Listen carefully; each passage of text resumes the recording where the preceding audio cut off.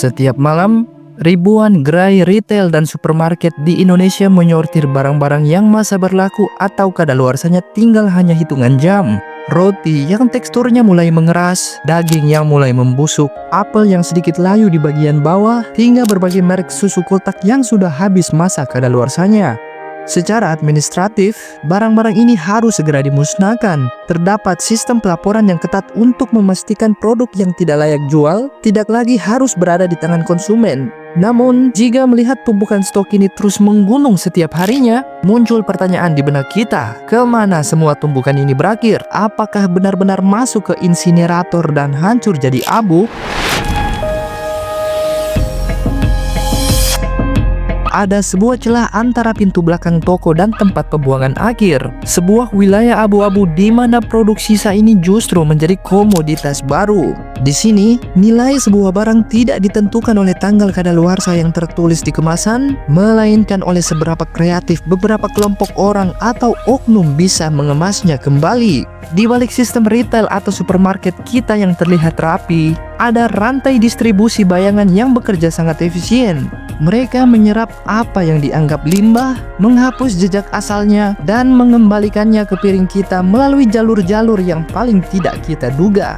Cerita ini akan menelusuri bagaimana sisa pangan dari supermarket mewah berakhir menjadi bahan baku industri kecil dan mengapa rantai ini hampir mustahil untuk diputus. Bersama Titik Balik ID, mari kita cari titik temunya.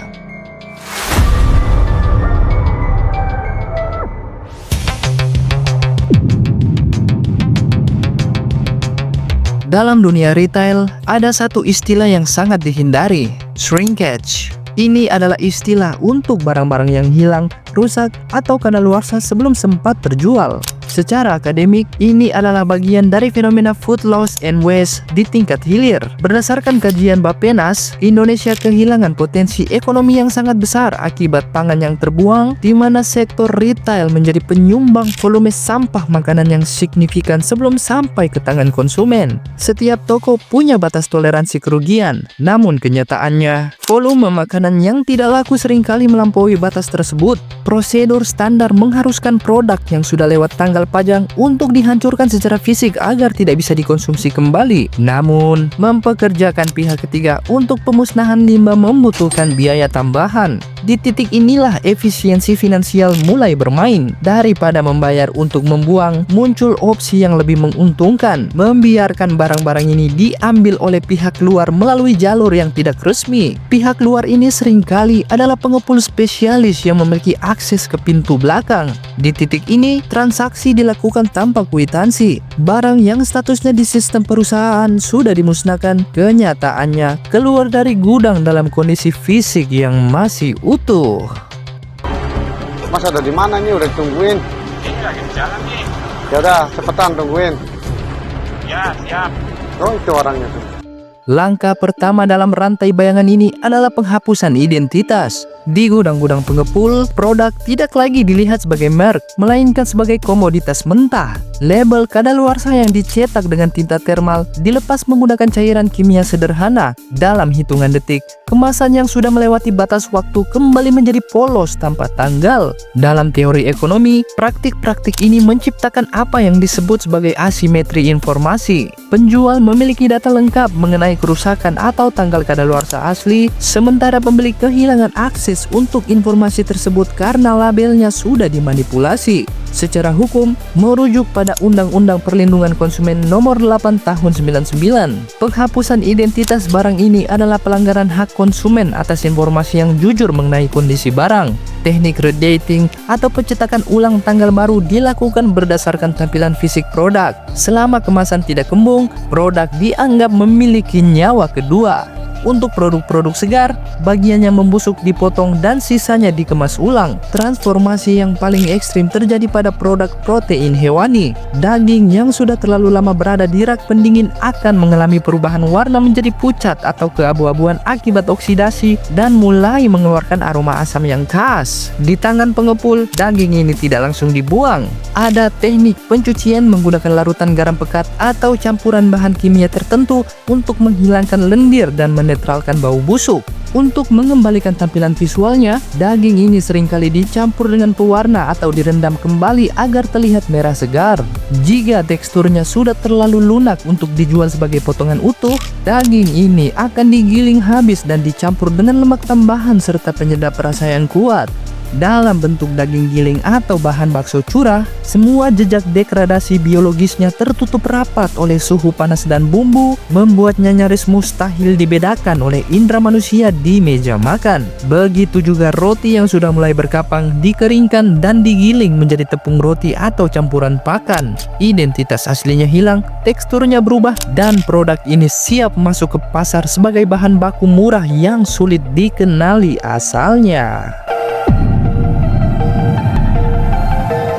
Produk yang identitasnya telah dihapus kini memasuki fase pencucian terakhir di pasar-pasar tradisional. Di sini, sistem pengawasan jauh lebih longgar dibandingkan retail modern. Berdasarkan angka dari Survei Sosial Ekonomi Nasional atau Susenas, porsi pengeluaran rumah tangga di Indonesia untuk makanan masih mendominasi sekitar 49% dari total pendapatan. Tingginya angka ini menjelaskan mengapa pasar bayangan ini begitu subur. Muara utama dari barang-barang ini adalah industri makanan olahan skala kecil. Logikanya sederhana, bumbu yang kuat dan proses penggorengan suhu tinggi bisa menyamarkan banyak hal. Daging yang sudah mengalami perubahan aroma atau sayuran yang sudah layu kehilangan ciri fisik aslinya setelah bercampur dengan bumbu yang pekat. Selisih harga yang bisa mencapai 40 hingga 60% menutup mata banyak orang terhadap resiko keamanan pangan. Laporan dari BPOM dalam operasi rutin seringkali masih menemukan ribuan item pangan kadaluarsa di pasar, menunjukkan bahwa volume barang yang mengalir keluar dari pintu belakang supermarket terlalu besar untuk dibendung sepenuhnya.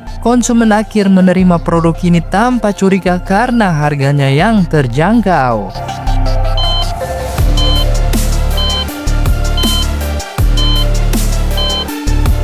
Bahaya terbesar bukanlah keracunan secara instan, melainkan akumulasi masalah kesehatan jangka panjang. Secara medis, menurut catatan WHO mengenai foodborne diseases, kontaminasi silang dan pertumbuhan mikroba pada pangan yang tidak dikelola dalam rantai dingin yang benar adalah penyebab utama penyakit kronis. Konsumsi pangan yang sudah mengalami oksidasi lemak atau kontaminasi jamur seperti aflatoksin berkaitan erat dengan kerusakan fungsi hati dan risiko karsinogenik. Secara regulasi, Indonesia memiliki undang-undang pangan yang tegas. Namun, pengawasan seringkali terjebak dalam lubang hitam birokrasi. Aparat cenderung fokus pada pengawasan administratif di toko besar atau sidak musiman. Sementara itu, pergerakan barang buangan menuju industri rumah tangga adalah wilayah tak bertuan. Kesenjangan antara regulasi di atas kertas dan realitas di lapangan menciptakan rasa aman yang palsu. Tanpa sistem pelacakan yang menyentuh di tingkat pengepul, kita sebenarnya sedang melakukan pertaruhan kesehatan setiap harinya.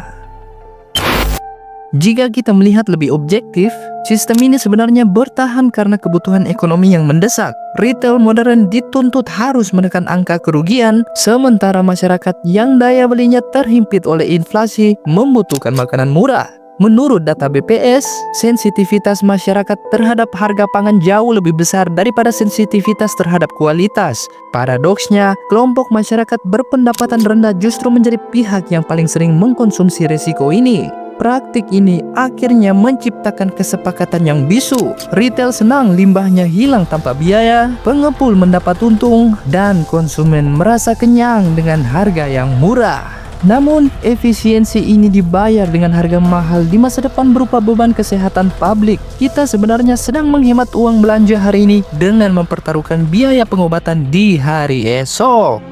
Pada akhirnya, sistem ini bekerja karena ia tidak memerlukan konspirasi yang besar. Ia hanya butuh pembiaran dari semua orang maupun stakeholder. Masalah keamanan pangan bukan hanya soal label di kemasan, tapi cerminan dari bagaimana kita memperlakukan barang sisa. Secara akademis, ini adalah kegagalan penerapan Extended Producer Responsibility, di mana retail atau supermarket seharusnya bertanggung jawab atas dampak produk mereka hingga ke titik pembuangan akhir. Selama makanan sisa hanya dianggap sebagai beban biaya dan bukan tanggung jawab sosial, jalur belakang ini akan tetap terbuka. keamanan pangan adalah hak dasar. Namun di tengah rantai bayangan ini, hak tersebut menjadi kemewahan. Mungkin saat Anda menyantap makanan berikutnya, pertanyaan yang paling penting bukan lagi berapa harganya, melainkan sejauh mana perjalanannya sebelum sampai ke piring ini.